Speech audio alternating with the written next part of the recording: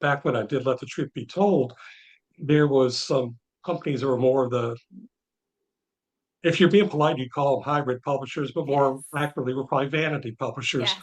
Yes. And that's who I went with. And they would offer you marketing, they would offer you product placement, they would offer you all that. Make your bookmarks and little postcards, and Hmm. you spend a lot of money and get not much for it. And it's a company that nowadays people will look down their nose if they thought you were going with them. They still exist, but very few people use them. But they were one of the only, well, one of the few options back then. Today, there are so many ways to go, so many small publishers out there. Again, some are, admittedly, they might be called vanity publishers, but they're not necessarily bad publishers. They may be very good. They're just saying, we'll help you get your book to market. Just come to us. We'll help you with the editing and all that. You'll pay us to do it, yes, but we'll be upfront about what it costs. But we want to help you get it out there because other bigger publishers won't.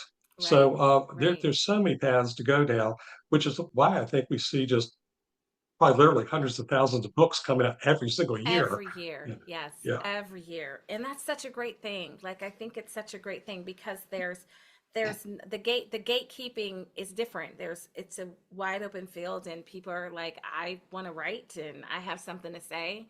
And it's a lot easier for people to have something to say. And I also think that it helps to diversify the field a little bit because publishing is it's not it's there it is a predominantly white female, actually white Mhm. female industry. So as I think as far as the level of diversity and thought and genre and representation has really benefited because self-publishing is more accessible and more Mhm. affordable because you have like you said, you can write something and you can put it out there and you can share it and you can find people that are interested, in doing that. So that's really great. So I'm a huge fan. I always like to support authors that, like yourself, that I see. And it's also encouraging, I think, as well, because I think that people all have stories in them. I'm Yeah. kind of this believer. We all have stories like in us. And how we express those stories might look differently. So I think every time, personally, I come across somebody that's doing it, it encourages me. It's like adds into that jar of my hope jar. Like, yes, Right.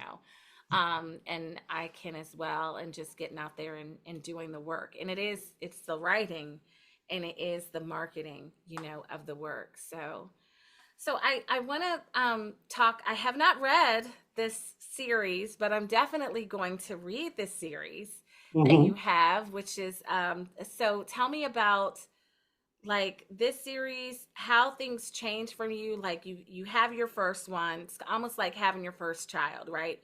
Have your first child and you're like, "Oh, they can survive if they eat something off of the floor." Like like, "Oh, I'm number 4.